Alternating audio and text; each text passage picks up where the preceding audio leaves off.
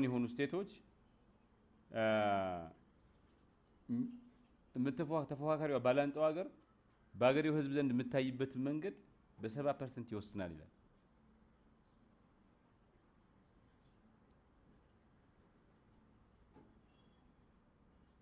በሶቪየት ህብረትና በአሜሪካ የነበረው ልዩነት በጣም ኢንተንሲፋይ የሆነው በሚዲያ ነው። ኢትዮጵያ ናሬቲቭ ፓወር አላት ማለት ከተፎካካሪ ከባላንጣዎቻችን የበለጠ ሆነናል ማለት ነው። የሀገራችን ህዝብ አንድ ላይ ሆኖ ተሰማርቷል በዚህ ጉዳይ ማለት ነው። ሌላውንም ዓለም በእኛ ከኛ ጎን አሰልፈነዋል ማለት ነው። እዚህ እርስ በርስ የምንጣላበትን ነገር ቱል ምናምን ሌላ ትልቅ መሳሪያ መሆን ይችላል ማለት ነው። አሚኮ የዚህ ትልቅ ቱል መሆን ይችላል። የዚህን ክልል ህዝብ አንድ የሚያደርግ ብቻ ሳይሆን ቢዮንድ ዛት መሄድ ይችላል። ናሬቲቭ ፓወር በካምፓኒዎች መካከል የፉክክር ምንጭ፣ አንዱ ካምፓኒ እንዲያሸንፍ አንዱ እንዲወድቅ ምክንያት ሆኗል።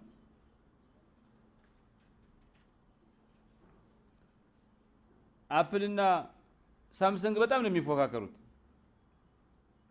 አፕል የበላይነት የኢኖቬሽን የተአማኒነት ስቶሪ መገንባት ይፈልጋል። ሳምሰንግ ደግሞ እንዲሁ ሁለቱ በተሳካላቸው ይሄን ነገር ሲገነቡ ባስበዘገቡ ስኬት ልክ ተጠቃሚዎቹን ይስባሉ፣ ታለንቾቹን ይስባሉ፣ ኢንቨስተሮቹን ይስባሉ።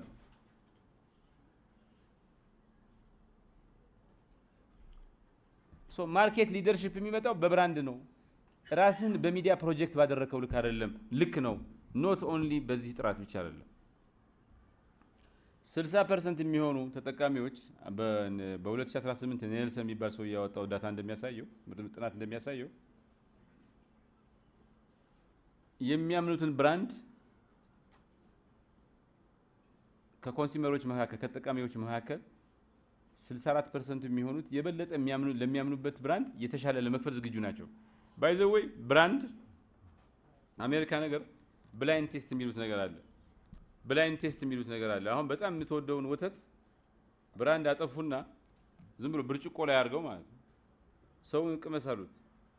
መጠጥም የሚበላ ምናምን ብዙ ሰው ቡና አንደኛ ነው ተብሎ የሚታመነው ሰው ዝም ብሎ ብራንዱን አስወግዶ ሲቀምሰው አንደኛ ነው ብሎ የሚወስደው ሌላው ነው። ብዙ ጊዜ ብላይንድ ቴስት ማለት ፐርሰፕሽን ነው፣ ብራንዲንግ ነው፣ አእምሮአችን ላይ የተሰራው ስራ ነው። አማራ ክልል ስንት ፕሮዳክትስ አሉ? እዚህ ሀገር ስንት ለኢኖቬሽን ለምናምን ምክንያት የሚሆኑ አገርን የሚቀይሩ ስንት ፕሮዳክትስ አሉ? ስንት ለቱሪዝም ምንጭ የሚሆኑ አቅሞች አሉ? ምን ያክል አስተዋውቀናቸዋል? ዓለም ያውቃቸዋል ወይ? ስንት ሰው ይጎበኛቸዋል?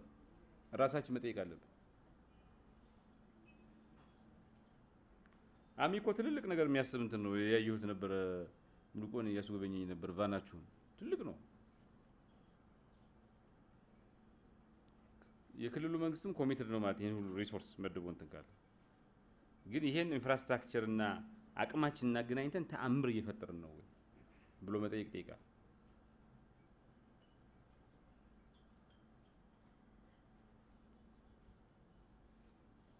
አፕል እና ሳምሰንግ ነው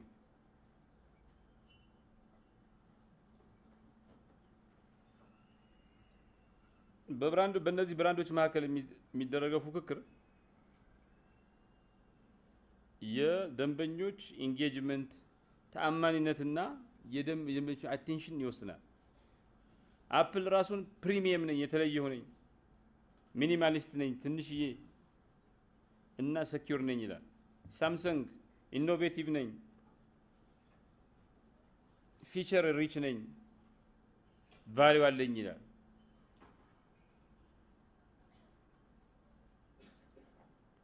እና ሁለቱም አንዱ ሌላውን ያጠቃል። ካውንተር ናሬቲቭ ይጠቀማል። የገበያ ድርሻቸውን እንትን ለማለት አማራ ክልል ውስጥ ያሉ ፕሮዳክትስ ምናምን እንዲታዩ ተፎካካሪ እንትኖች ብራንድ እንዲሆኑ ምክንያት ሆነናል ወይ? ይሄ ሁሉ ኢንፍራስትራክቸር ይሄ ሁሉ የአርሚ ኮንተንት የአማራ ክልል ውስጥ ቢዝነስ እንዲያድግ፣ ንግድ እንዲያድግ፣ ኢንዱስትሪዎች እንዲፋፉ፣ ፕሮዳክቱ ህዝቡ እንዲያውቃቸው ምክንያት መሆን እንችላለን። ዝም ብሎ ፖለቲካ አይደለም ብቻ አይደለም። ኢኮኖሚ ማተርስ። ሶ ገበያውና ፈላጊው እንዴት እናገናኙ? ፕላትፎርም መሆን ይችላል። የሆነ ሴክሽኑን ሪል ትራንስፎርማቲቭ የሆኑ ፕሮዳክትስ እንዲታወቁ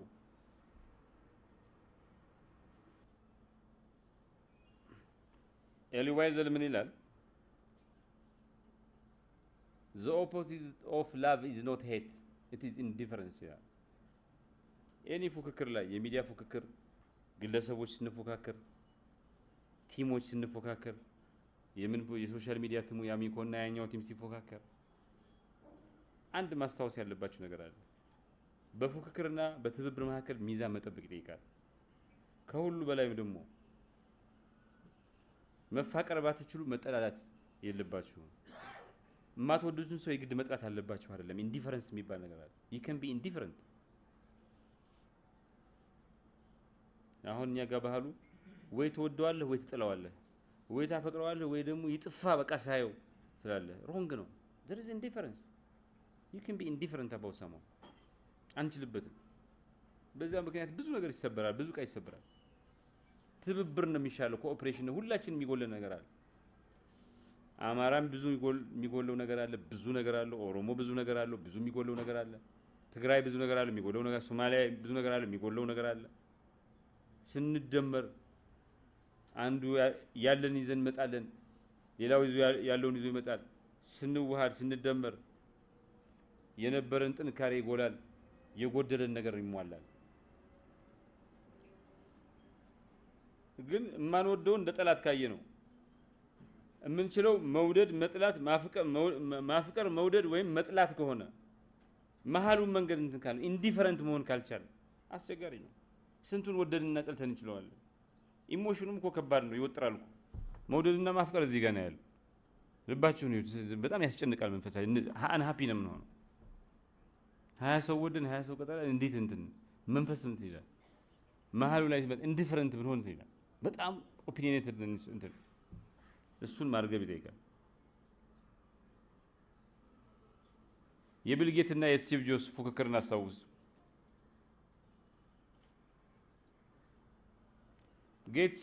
ቢል ጌትስ ፕራግማቲስት ነበር፣ ጆብስ ደግሞ ቪዥነሪ ነበር። እና ናሬቲቭ ትርክቱ ኢኖቬሽን በጣም አስፋፋ። በሁለት ሰዎች መካከል የነበረው ፉክክር ሁለቱን ካምፓኒዎች ብቻ አይደለም ዲፋይን እንዲያደርገው ቴክኖሎጂን ራሱ ዲፋይን አድርጓል።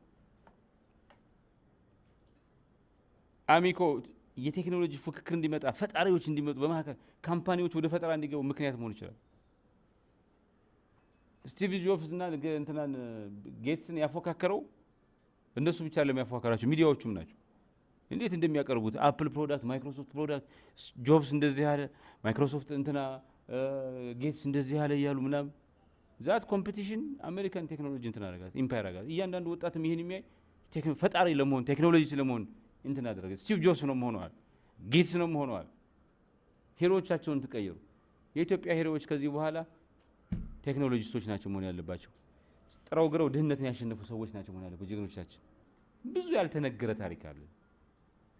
ከምንጣላበት ብዙ አንድ ላይ የሚያደርገን ፋስኔት የሚያደርገን አካባቢያችን ብዙ የሚወደድ ነገር ያለ እንድንጠላው የሚያደርገን ብዙ ሀብት እያለ የሚነገር ስቶሪ እያለ ዝም ብለን ወደማይረባ ወደ አልባሌ የሚያጣላ ነገር ወደ ትንንሽ ነገር እንድንሻኮት የሚያደርገን ነገር አለ። አልተነገረም። ኢንፍራስትራክቸሩ ግን አለ። ቫኑን ያዩት ነበር ብያቸዋል አይደል? ከፈለጋችሁ እናንተ ናርጅናው ጋር ሄዳችሁ ላይቭ ማስተላለፍ ትችላላችሁ። አይደለም ቀርጾ መጥቶ ማስተላለፍ። all these stories can be ከሁሉ በላይ ለኔ ኢኖቬተርስ አሉ። አሁን ትንንሽ ነገር የሚሰሩ ሰዎች አቅርባችሁ አንድ ኢኖቬሽን ላይ የሚፎካከሩ ሰዎች ካምፓኒዎች አሉ። አቅርባችሁ እስኪ የሆነ ዲፋይንድ የጀነሬሽኑ ሂሮዎች እንትን ያሉ አሁን የሆነ 21st century የሆነ እንትን ሂሮዎቹ ሁሉ ይገርሙ ያሳዝነኛል። ዓለም እኮ እየሄደ ነው ያለው። በጣም ጉድ እኮ እየሆነ ነው ያለው። ወደ ኋላ እየቀረን እኮ ነው። ሮጦ በጣም እስከ መቼ ነው ወደ ኋላ የምንቀረው? who are our heroes? ማን ነው ጀግናችን የኛ?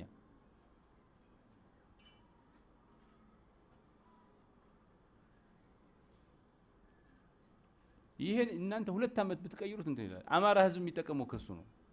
የአማራ ህዝብ ነገ ጠዋት ብልጌቶችን ቢያገኝ ነው የሚሻለው። የአማራ ህዝብ ነገ ጠዋት ስቲቭ ጆቦችን ቢያገኝ ነው የሚሻለው። ትልቅ ነገር የሚሰሩ ልጆች አሉ፣ ግን ማን ያቀርባቸው? ማን ያሳያቸው? ማን ያስተዋውቃቸው? ማን ያፎካክራቸው? ማን የማህበረሰቡ ጀግና ያደርጋቸው? ማን ነው ጀግና ይሆናል? እጃችሁ ላይ ብዙ ነገር የትውልድ ጣፈንታ፣ የሀገር ጣፈንታ፣ የክልላችሁ ጣፈንታ መወሰን የምትችሉበት በጣም ትልቅ እንትን አለ።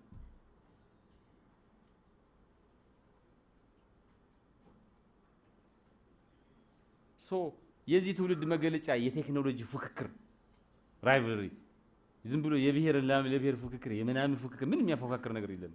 ብዙ ነገር ተመሳሳይ ነው። ድህነት ሁሉም ተመሳሳይ ነው ምናምን።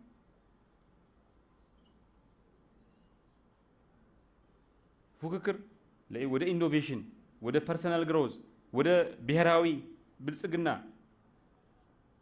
እንዲወስድ አድርገን ናሬሽኑን ማስቀመጥ እንችላለን።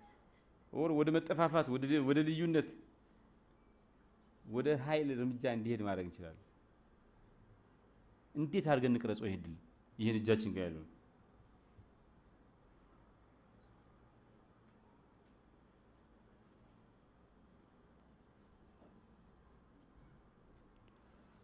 የቶማስ ኤዲሰን እና የኒኮላስ ቴስላ ታሪክ ታውቃላችሁ? ያው ትንሽ ቶማስ ኤዲሰን በተለይ ይሄ ሞባይል እንትን ዋየርለስ ትራንስፈር ኦፍ ፓወር ላይ ከዚህ እንትን ሆኖ አፌክት አድርገው ካል ቱ ማች የጎዳን፣ ግን ይሄ ዳይሬክት ካረንት እና ኦልተርኔት ካረንት የሚባለው ኢነርጂ ፕሮዳክሽን በመሰረቱ የቀየረው የሁለቱ ፉክክር ነው።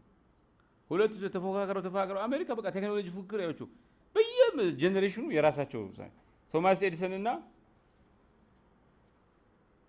ኒኮላስ ቴስላ ትላንት ነበሩ። አሁን ደግሞ የሆነ ጊዜ ደግሞ ቴስላን እንትና ማን ናቸው?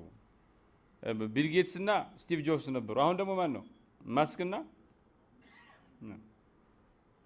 የኛ የታለው እንደዛ አይነት ሄሮ አለን። ይኸው የኛ ራይቫልሪ ግን ይኸው እንትን ነው። ይኸው እዚህ ታንክ አለ፣ እዚህ ደግሞ መቃብር አለ። this has to stop። ይሄ ፉክክር አይደለም፣ ጥፋት ነው። it's nothing።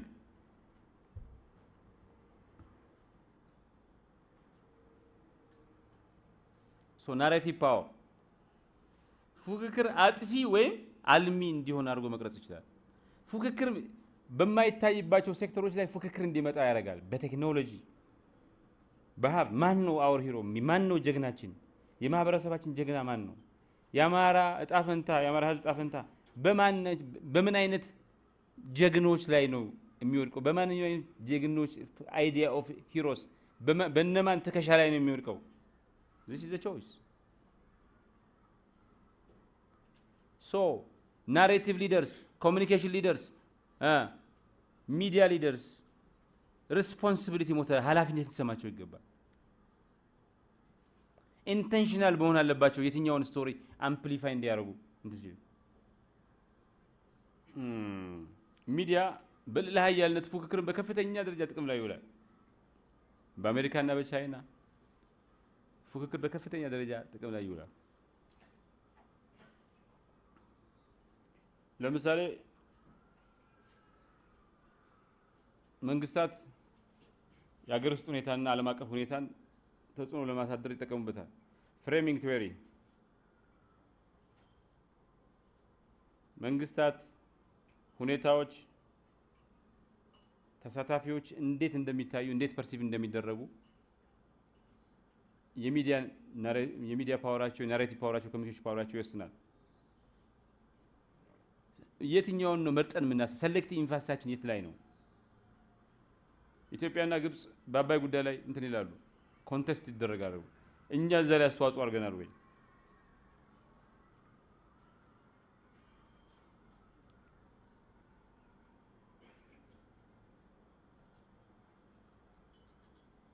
አጥፊ እንዲሆን አይደለም፣ ወደ ሌላ ነገር ይወሰደው አይደለም፣ ግን ናሽናል ኢንተረስታችን እንዲያስከብር ህዝባችን ከናሽናል ኢንተረስት ከብሔራዊ ጥቅሙ ጋር እንዲቆም ምክንያት ሆነናል። በዛ ለበል ኃላፊነት ተሰምቶናል ወይ? ከሩቁ አንጻር ነው። ግብጽና እንትን እናያቸው ባይዘው ግብጽና ኢትዮጵያን በጣም መንቃት ያለብን ነገር አለ፣ መስራት ያለብን። አሚኮ ይሄ አማራ ክልል ለህዝቡ ለሀገሩ ብሎ ብዙ ነገር የሆነ ክልል ነው።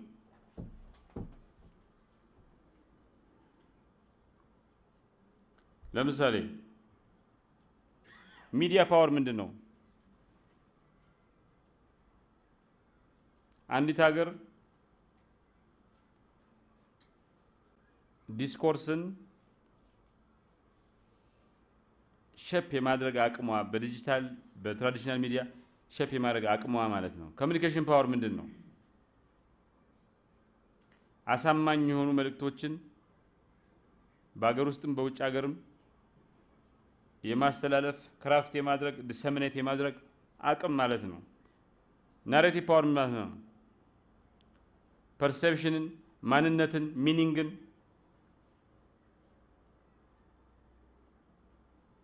የማዋቀር ከረጅም ጊዜ አንጻር የመቅረጽ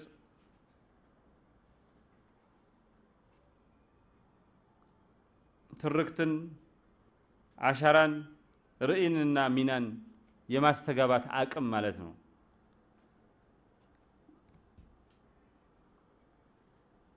ናሬቲቭ ፓወር፣ ኮሚኒኬሽን ፓወር እና ሚዲያ ፓወር እንትን ሲባል አንዱ ሀገራት የሚፎካከሩት በሚዲያ ኢንፍራስትራክቸር ነው። ሁለተኛው ግሎባል ሚዲያ በዓለም አቀፍ ደረጃ የሚዲያቸው ተደራሽነት ነው። ሶስተኛው በትርክት አሻራ ነው፣ ናሬቲቭ ሌጋሲ ነው። አራተኛው በኮሚኒኬሽን ስትራቴጂ ነው። አምስተኛው በሶሻል ሚዲያ ኢንፍሉዌንስ ነው። ስድስተኛው በናሬቲቭ ቁጥጥር ነው። ስድስተኛው በኢንተርናሽናል ሚዲያ ፐርሰፕሽን ነው። ሰባተኛው ፕሬዘንስ ኢን ግሎባል ሚዲያ ሪፖርትስ ነው።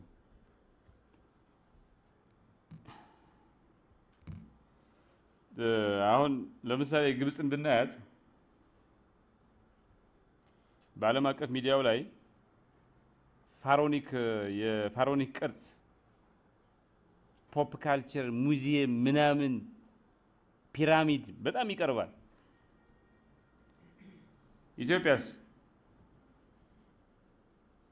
አንደር ቫልዩድ ናት። በጣም ብዙ ኔጌቲቭ ኒውስ ይገበዛል። ብዙ ነገር እያለን አልተነገረም። አክሱም፣ ላሊበላ፣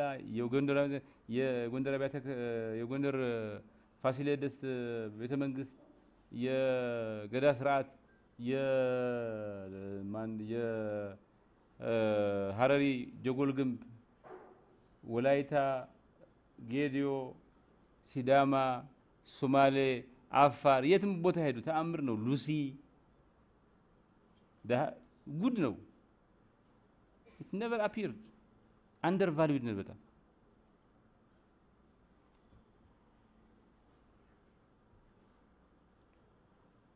ሶ ያለፈ አንሸንት ሌጋሲ ኢትዮጵያም ግብፅም አላት። ምን የማይተናነስ ማለት ነው። አራት አንሸንት ፓወር ናቸው ከተባለ ግብፅም ኢትዮጵያም እዛ ውስጥ ትገባለች። ግን የማን ጎላ? የግብፅ ጎላ። የኛ እንትና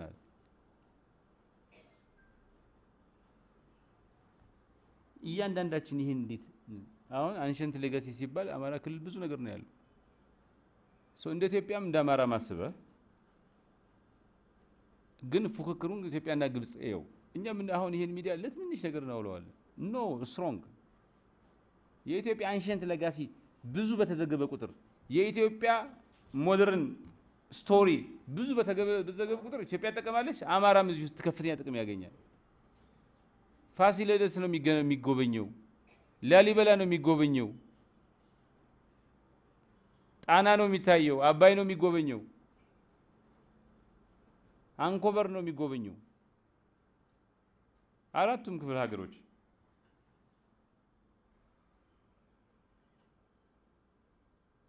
ሁለታችንም አንሸንት ሌጋሲ ያለን። የነሱ ከፍ ይላል፣ የኛ ዝቅ ይላል። የኛ እንዲያውም ዳይቨርሲቲ ጉድ ነው። እነሱ እኮ ፒራሚድ ነው ያላቸው አይደል? ሁሉም ተብራ። የኛ እኮ ዳይቨርሲቲ ነው። እዚህ ጋር ካስል አለ፣ እዛ ጋር ሐውልት አለ፣ እዚያው ቸርች አለ፣ እዚህ ጋር ደግሞ በጣም ዳይቨርሲቲ አስገራሚ። እዚህ ጋር ወንዝ አለ፣ ሀይቅ አለ፣ በጣም ይገርም አባይ የሚባል ዘሎንግ በዓለም ረጅሙ ሪቨር። እዚህ ጋር ሰሜን ማውንቴን አለ። ዘ ዳይቨርሲቲ ዘ ኮምፕሌክሲቲ ኦፍ አወር እንትን ይህ ሁሉ ነገር እያለ ደግሞ እዚህ ባለ ብዕሮች የተቡ ችሎታ ያላቸው ጋዜጠኞች አሉ።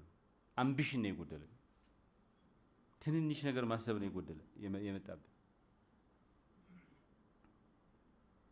ኢትዮጵያ ሞደርን ስቶሪ ምንድነች? አሁን ግብጽ ምንድነው ሞደርን ስቶሪዋ? እስኪ እንናገር። what accomplishment do they have? ዴሞክራሲም እንትን አላቸው። ቀውስ በቀውስ ነው። እኛ እኮ ህዳሴ ግድብን እየሰራን እኮ ነው። አፍተር ኦል ዚስ ፕሮብለም በራሳችን አቅም ብቻ። እነሱ እኮ ግድብ የሚሰሩት አስዋን ግድብን ማን ሰራው? ማን ነው የሰራው? የተወሰነውን ሶቪየት ህብረት፣ የተወሰነውን አሜሪካ ነው የተሰራቸው። ይሄን ታውቃላችሁ አይደል? እኛ ህዳሴ ግድብን በራሳችን አቅም እየሰራን ነው። እኛ እኮ የአፍሪካን ዩኒየን ሆስት እኮ ነን። የአፍሪካ ካፒታል እኮ ነን። ስቶሪው ግን በዚህ ሌቨል አይደለም።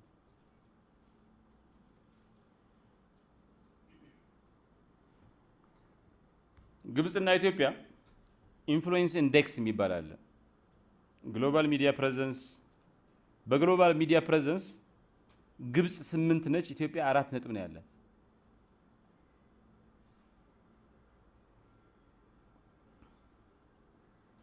በናሬቲቭ ክላሪቲ ግብጽ 7 አላት፣ ኢትዮጵያ 4 ነች። በክራይሲስ ኮሚኒኬሽን ግብጽ 6 ነች፣ ኢትዮጵያ 3 ላይ ነች። ካልቸራል ኤክስፖርት ግብጽ 8 ነች፣ ኢትዮጵያ 5 ነች።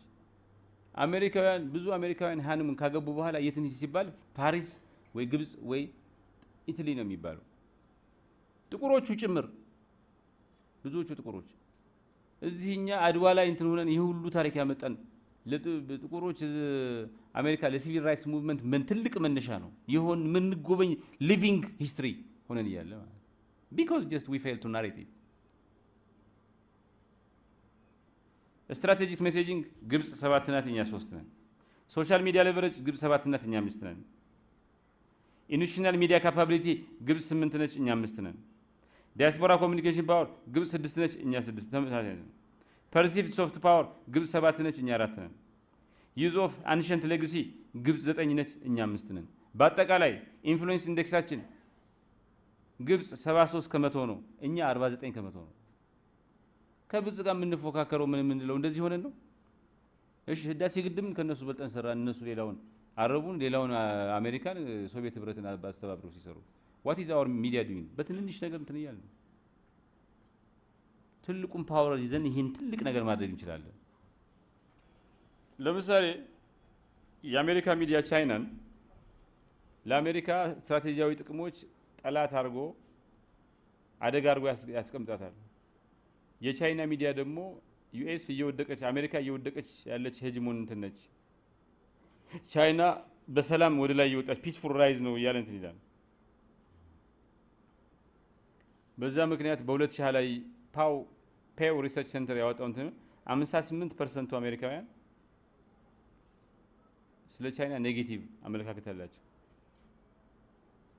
76% የሚሆኑ ቻይናውያን አሜሪካን እንደማያምኑ ይናገራሉ። it's narrative. so narrative foreign policy የውጭ ጉዳይ ፖሊሲን እንትን ይላል፣ ዲፋይን ያደርጋል። ናሽናል አይደንቲቲን ዲፋይን ያደርጋል። ጆሴፍ ናይ ናሬቲቭ ፓወር ሚል እንትን አለው።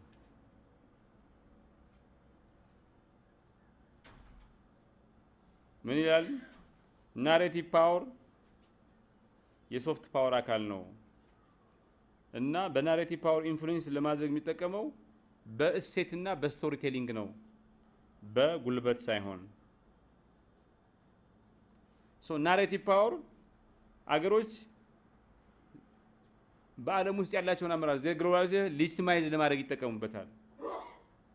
የሚያወጡት ፖሊሲ ሮልስ ምናምን እሱን ሌጂቲማይዝ ለማድረግ ወይ ዲሌጂቲማይዝ ለማድረግ ባላንጣቸው ይጠቀሙበታል።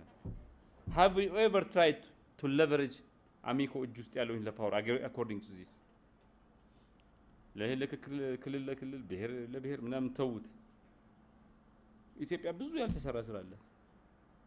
ከሎንግ ተርም ከኢትዮጵያም ከአማራ ኢንተረስት ጋር አንጻር ይሉት የብዙ ነገር ምንጭ መሆን ይችላል። አሜሪካ ዘ ፍሪ ወርልድ የሚባል ነገር አላቸው። የአሜሪካ ፍሪደም ብታዩት እኮ ምርጫ ስንት ሰው እንደሚመርጥ ይሁት ብዙ ሰው እንትን አይደለም። ፍሪደም የሚባለው ድህነት 47 ሚሊዮን አሜሪካውያን እንትን የፉድ ስታምፕ እንትን ይላሉ። ዘ ፍሪ ወርልድ ምናምን ይላል። ዘ ሊደር ኦፍ ዘ ፍሪ ወርልድ ሙቪ ላይ ምናምን በሙሉ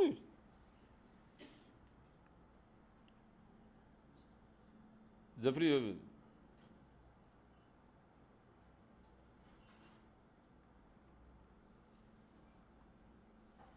ቻይና ደግሞ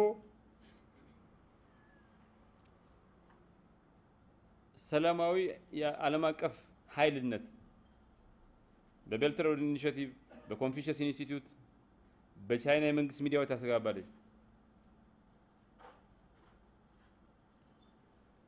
እና ይሄ ሶፍት ፓወር ኢንዴክስ የሚባላል ሶፍት ፓወር ኢንዴክስ አሜሪካ እንደኛ ናት ቻይና ደግሞ በከፍተኛ ሁኔታ ወደ ፊት ለፊት እየወጣች ነው በ2019 የወጣ ሪፖርት ነው የምነግራችሁ አስገራሚ ነው ይሄ እንትን በቃ አሜሪካ ነምበር 1 ብትሆንም ቻይና በጣም ራይዝ እያደረገች እንደሆነና ቻሌንጅ እንደምታደርግ እንትኑ ስታዩት ያሳያቸዋል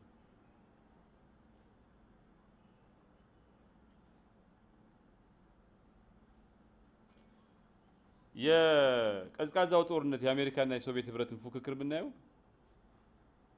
አሜሪካ ራሷን የነጻነት ጠባቂ የዲሞክራሲ ጠባቂ የካፒታሊዝም ጠባቂ አድርጋ ታቀርባለች ሶቪየት ህብረት የሶሻሊዝም ቻምፒዮን የጸረ ኢምፔሪያሊዝም ታጋይ የሰራተኞች መብት ወኪል አድርጋ ራሷን ታስቀምጣለች የግብጽና የኢትዮጵያን ሶፍት ፓወር ብናየው ኢትዮጵያ ራንክድ አይደለችም ግብጽ ግን 38ኛ ናት ከዓለም ግብጽ 47.8% እንትን አላት የኛ በፖይንት ራሱ ስፔሲፋይድ አይደለም ይሄ ሊያስደነግጠን ይገባል አባይ ላይ በግብጽና በኢትዮጵያ ኮንቴስቴሽን ይቀጥላል ሌላ ግድብ መስራታችን አይቀርም ሌላ ልማት መስራታችን አይቀርም ይፈልጥ እንፎካከር ይሄን መቀየር አለብን በዚህ መስክ እንሸነፋለን ካልሆነ የአሜሪካና የቻይና ፉክክር በኢኮኖሚና በሚሊተሪ ብቻ እንዳይመስላችሁ በሚዲያ ናሬቲቭ እና ሚዲያ እንትንም አላቸው ቻይና ራሷን እንደ ሪስፖንሲብል ፓወር ታስቀምጣለች ልማት ትብብር ምን ታስቀድም አገር መስራት ነው አሜሪካ ደግሞ ቻይናን አምባገነን ሀገር ናት ኢንተርናሽናል ሊበራል ኦርደርን ትሬትን ታደርጋለች ይችላልሽ በዛ ምክንያት በ2019 የወጣ ዴታ እንደሚያሳየው 82% አሜሪካውያን ቻይና ለአሜሪካ ኢንተረስት ትሬት ናት አደጋ ናት ብለው ግብጽና ኢትዮጵያ እንግዲህ ግብጽ ከዓለም 38ኛ ናት ብያችኋለሁ ቅድም ሶፍት ፓወር ስኮሯ 47.8 ነው ብያለሁ ከአፍሪካ አንደኛ ናት ባይዘው ግብጽ ካልቸራል ሄሪቴጅ ቱሪዝም ሚዲያ እና ኢንተርቴይንመንት ትልቅ እንትን ነው ናይል ሳት ምናምን የሚባለው የራሷ ነው ኢትዮጵያ ሂስቶሪካል ሲግኒፊካንስ አላት ከፍተኛ የሆነ የዲፕሎማሲ ሚና አላት ወደ ውጭ ኤክስፖርት ልታደርገው የምትችል ከፍተኛ የሆነ ሀብት አላት የካልቸራል እንትን አላት ህዳሴ ግድብ እንደምንሰራው ያክል ኢትዮጵያ የራሷን ሶፍት ፓወር መገንባት አለባት ናሬቲቭ ፓወር ምንድነው ውጤቱ ናሬቲቭ ፓወር አንዱ የሚያደርገው ፐብሊክ ኦፒኒየንን ይቀርጻል ሁለተኛ ከውጭ ሀገር አንፃር ፎሪን ፖሊሲ አንዲት ሀገር በውጭ ሀገር በሌላ ሀገር ላይ የምትከተለውን ፖሊሲ ሀገር ውስጥ ተቀባይነት እንዲኖረው ያደርጋል የአንዲት ሀገር ፎሪን ፖሊሲ ዳይሬክሽን ይወስናል አሜሪካ ቻይና ጋር ስትፎካከር መጀመሪያ የምታደርገው ቻይና አሜሪካ ውስጥ እንዴት እንደምታይ እንዳለባት ትሰራለች 82% ያልናችሁ ለዛ ቻይና ከአሜሪካ ጋር ስትፎካከር መጀመሪያ ሀገሯ ውስጥ ነው የምትሰራው አሜሪካ እንደዚህ ናት ብላ ነው የምትሰራው ከዛ እንደገና ደግሞ በውጭ ይፎካከራል በሌላው ዓለም በናሬቲቭ እንትን ማለት እኛ የኢትዮጵያ ፎሪን ፖሊሲ ቱል ሆነን አይተነው ህዝባችን በዚህ ጉዳይ እንዲሰበሰብ ሌላው ዓለም እንደዚህ እንዲያውቅ እንግሊዝኛ ፕሮግራሞች አሉን አረብኛ ፕሮግራም ሰርተን ውጤታቸውን አንድ መስራት ብቻ አይደለም ውጤት እየለካን እያስተካከል በየጊዜው የሚያድግ ኢንፍሉዌንስ አድርገነዋል ጆርጅ ኦርዌል 1984 ላይ ምን አለ መጽሐፍ 1984 የሚል መጽሐፍ who controls the past controls the future who controls the present controls the past በናሬቲቭ ፓወር ማለት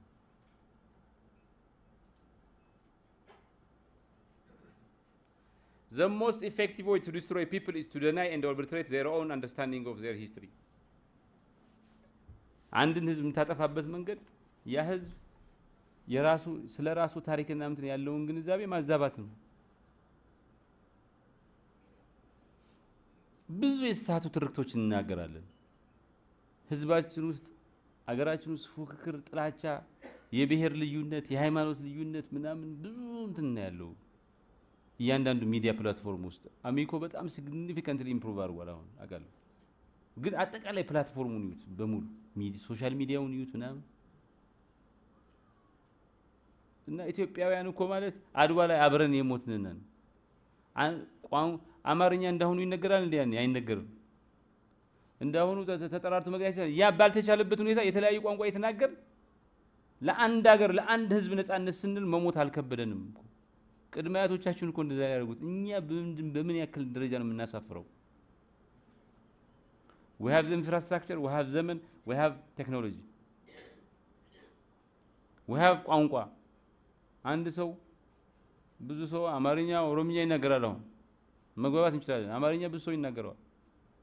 against all odds እኮ ነው እየተፋከርን ያለነው፣ ይጠላለን ያለነው። የኛ እውነተኛው ታሪክ ቢነገር አብረን የሞትን ህዝቦች ነን። የምንጠላላ የተፎካከርን ህዝቦች አይደለንም። ግን ያን የትብብር አብሮ የመሞት ለታላቅ ሀገር ለነጻነት አብሮ መስዋዕት የመሆን የአያቶቻችን ታሪክ ቦታ ነስተ ነው ትንንሽ ፉክክርና ጥላቻ ቦታ አግኝቶ ይጮሃል። that is the biggest crime። በዓለም አቀፍ ደረጃ የሚደረግ ፉክክር ሚዲያና ኮሙኒኬሽን ክሪቲካል የሆነ ስትራቴጂክ ኢንስትሩመንት ነው። ስትራቴጂያዊ እንትን ያለው ቻይና እና አሜሪካ ሚዲያቸውን ለፉክክራቸው ኢንተርናሽናል ላይ አስበው ነው የሚሰሩት።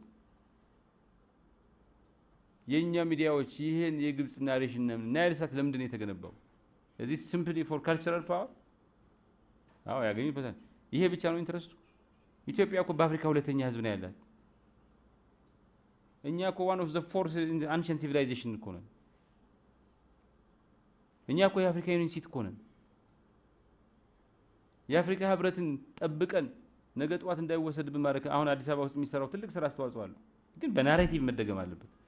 ጋዜጦቻችን የኢትዮጵያ ድምጽ በመላው አፍሪካ ጮኮ የሚሰማ ድምጽም እንዲሆን ማድረግ አለባቸው። ኢትዮጵያ በእያንዳንዱ አፍሪካዊ ልብ ውስጥ እንድትቆይ ማድረግ አለባቸው። ለዚህ ፕሮግራም መድበን ደግሞ አንድ ነገር ሰርተ ዝም ብሎ እንደተለመደው ቢዝነስ አዝ ዩዥዋል አይደለም የሚሰራው። እየለካው እያሳደከው ምንም ነገር ሲጀመር ስህተት ይሰራል፣ ደካማ ነው። ግን ፕሮግሬሲቭ መሆን አለበት ነው። የሙያ ፍቅር ይጠይቃል። እንደዛ ሳይንቲፊካሊ ውጤቱን መለካት ይጠይቃል። ሌላው በየጊዜው እያሳደገ የመጣው ነገር አይቶ ከዛ መማር ይጠይቃል። ስልጠና ይጠይቃል። ውጭ ሀገር ሄዶ ማየት ይጠይቃል። ያለን በጀት ትንሽ ነው የለን። እንዴት እናደርጋለን? ግን እድሎች አሉ ለታዳጊ ሀገራት ምናምን ታዳጊ ብዙ እድሎች አሉ። አነፍንፈን ፈልገን ተጠቅመን ፈልገን ባገኘነው ስኮላርሺፕ ተምረን መተን ፈልገን ያገኘን 3 ወር ስልጠና ወስደን ህዝባችን እንቀይርበታል። በተለመደው ትላንት በተማርነው የዛሬ 10 ዓመት በተማርነው ብዙም በረሳነው ነገር አይሰራም። ስራ ኮምፕሌክስ ነው ዓለም።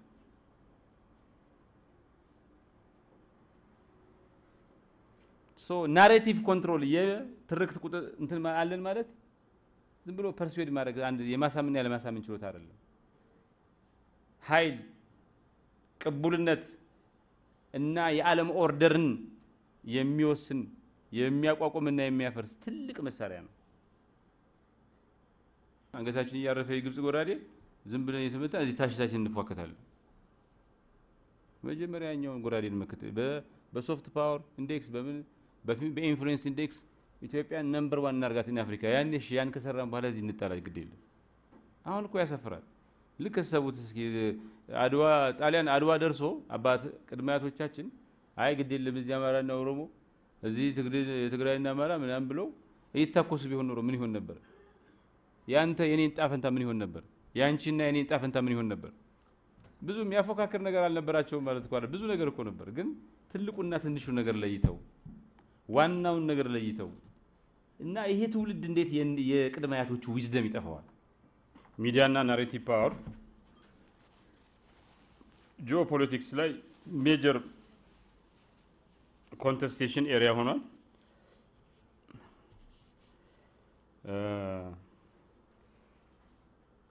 አሜሪካና ቻይና አሁን እየተፎካከሩ ያሉት በጦር መሳሪያና በንግድ ብቻ አይደለም። በሄድላይን በሃሽታግ እና በግሎባል ፐርሰፕሽን ሆኗል። ሶ ስትራቴጂክ ኮሚኒኬሽን የሚባለው ነገር መጥቷል ማለት ነው። ባላንጣቸውን ተአማኒነት ለማሳጣት እና የራሳቸውን ደግሞ ኃይል ፓወር ሌጂቲማይዝ ለማድረግ ብዙ እንቅስቃሴ እያደረጉ ነው። በዛ ምክንያት ዓለም አሁን በናሬቲቭ ወርፈር ላይ ትገኛለች ማለት ነው። እንኮዝ ናሬቲቭን ኮንትሮል ያደረገ መጻኢውን ጊዜ ይቆጣጠራል ስለሚባል ማለት ነው። ጆሴፍ ናይ እንደሚለው 3 አይነት ኃይሎች አሉ ናሬቲቭ ፓወር ላይ አይ 3 አይነት ኃይሎች አሉ። ሚሊተሪ ፓወር፣ ኢኮኖሚክ ፓወር፣ ሶፍት ፓወር ይላል። ሶ ኢኮኖሚ ሚሊተሪ ፓወሩ የወታደራዊ ኃይሉ የማስገደድ አቅም ነው። ኢኮኖሚ ኃይሉ የንግድ የፋይናንስ እና ኢንቨስትመንት እንትን ነው።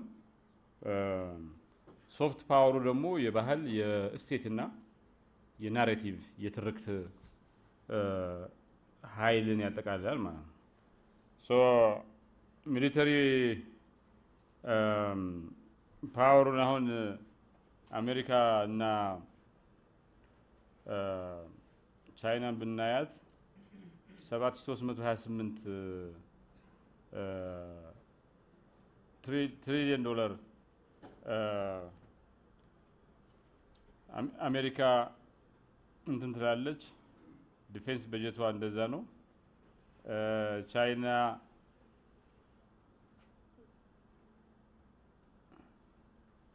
አሜሪካ 750 ቤዝ አላት።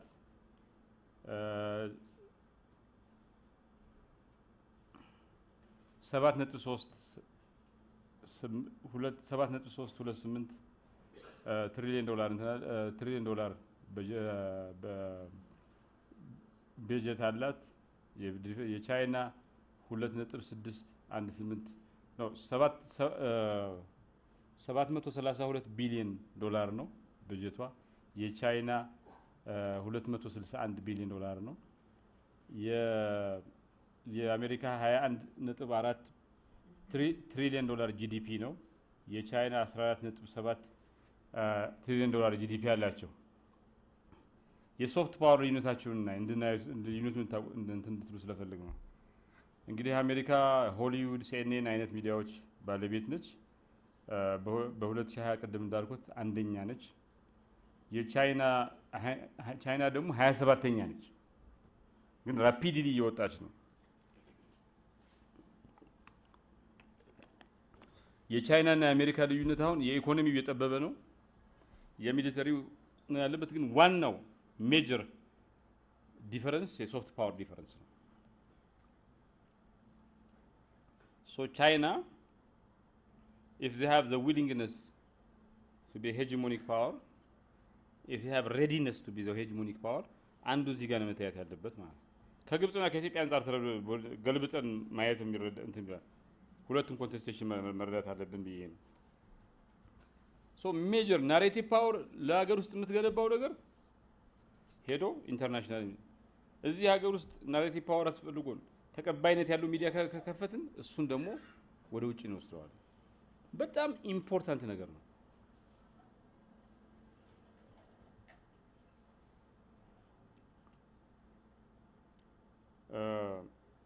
ለምሳሌ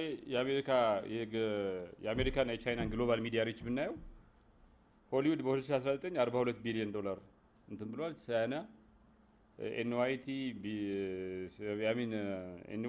ሲኤንኤን፣ ቢቢሲ ሪች 400 ሚሊዮን ፕላስ ሰዎች ይደርሳል። ሲጂቲኤን ወደ 170 ሀገሮች የሚደርስ እንትን አለው። ወደ ቢአርአ ይሄ ቤልትሬድ ኢኒሼቲቭ የሚባለው 140 ፕላስ ፓርትነር ሀገሮች አሉት። ግን ቻይኒዝ ሚዲያ ፑሽ በጣም ብዙ ደካማ ጎን አለው። ገና እንትን ማለት አለበት ማለት ነው።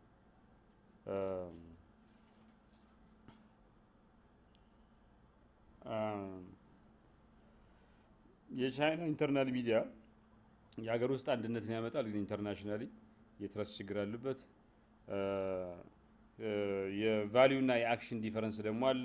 ዩኤስ የነጻነት ሀገር ነች ምናምን ይባላል፣ ግን ውጭ ሀገራትን ታፈርሳለች፣ ጦርነት፣ ሰርቬላንስ ትላለች። የሀገር ውስጥ ደግሞ ራሻል ጀስቲስ የጥቁሮቹ ጉዳይ አለ።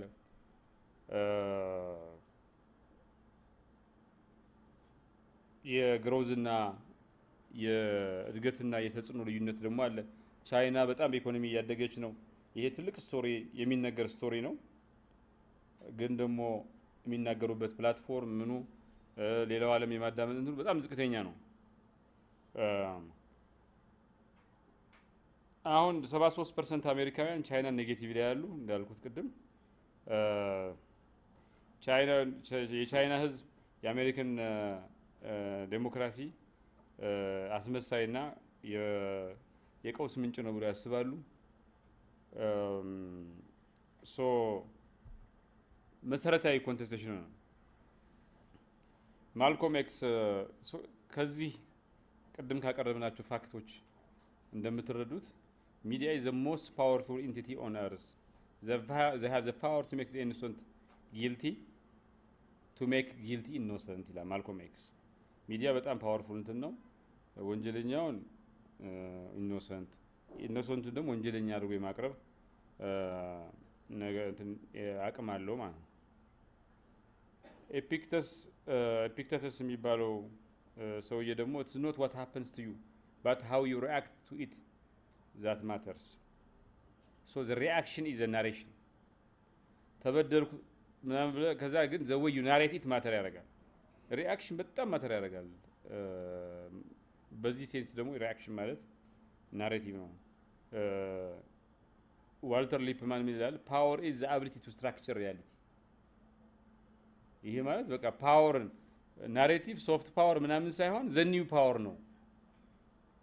አሁን ቅድም እንዳየነው ጆሴፍ ናይ ኢኮኖሚክ ፓወር፣ ሚሊተሪ ፓወር ብሎ ሶፍት ፓወር አለ። ሶፍት ፓወር ውስጥ ደግሞ ካልቸር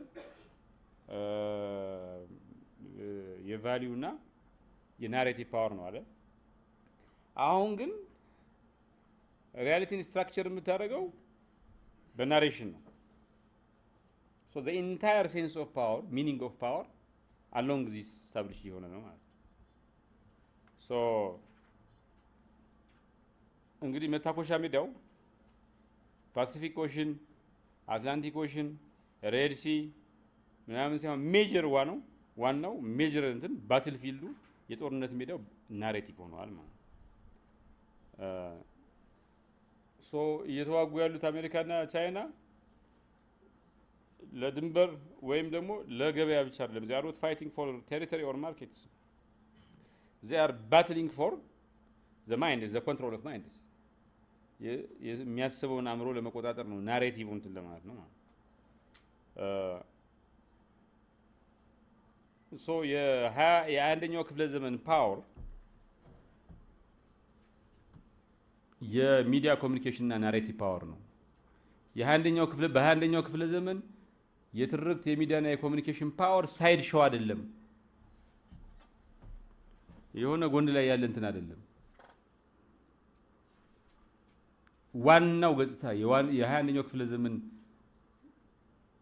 ፓወር ኃይል የሚባለው ዋናው ገጽታ ናሬቲቭ ኮሚኒኬሽን እና ሚዲያ ፓወር ነው።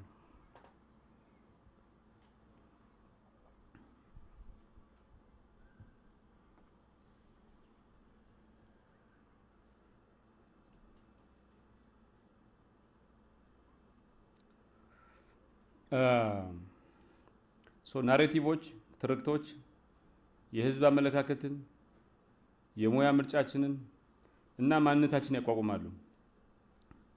ደግሞ የሚገርመው ነገር አሁን ለምሳሌ አሜሪካን ሀገር ኢን ተርምስ ኦፍ ኢንፍሉዌንስ ሶሻል ሚዲያ ይበልጣል። 65% አሜሪካውያን ዋነኛ የዜና ምንጫቸው የመረጃ ምንጫቸው ሶሻል ሚዲያ 65% ሜጀር ሆነ ማለት ሶ ማህበራዊ ሚዲያ ደግሞ ቪዚቢሊቲም ፐርሴፕሽን ድራይቭ ያደርጋል። ያው ኔጌቲቭ አሉታዊ እንትን ማለት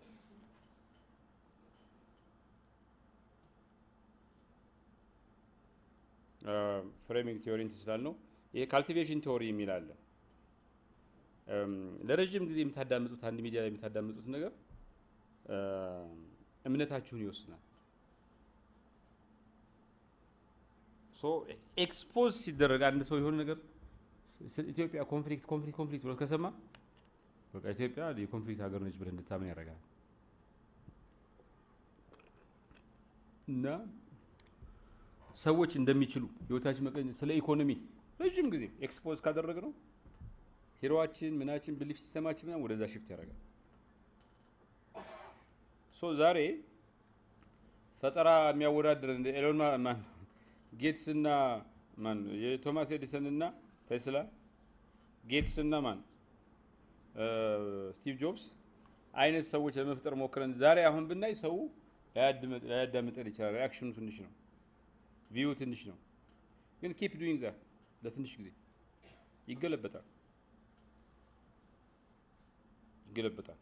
እና በአሁኑ በኢሚዲየት ውጤቱ ምናምን ሪአክሽኑ ተስፋ እንዳቆርጡ ኮንቲኒየስ ቢሰሩት እንደዚያ ነው።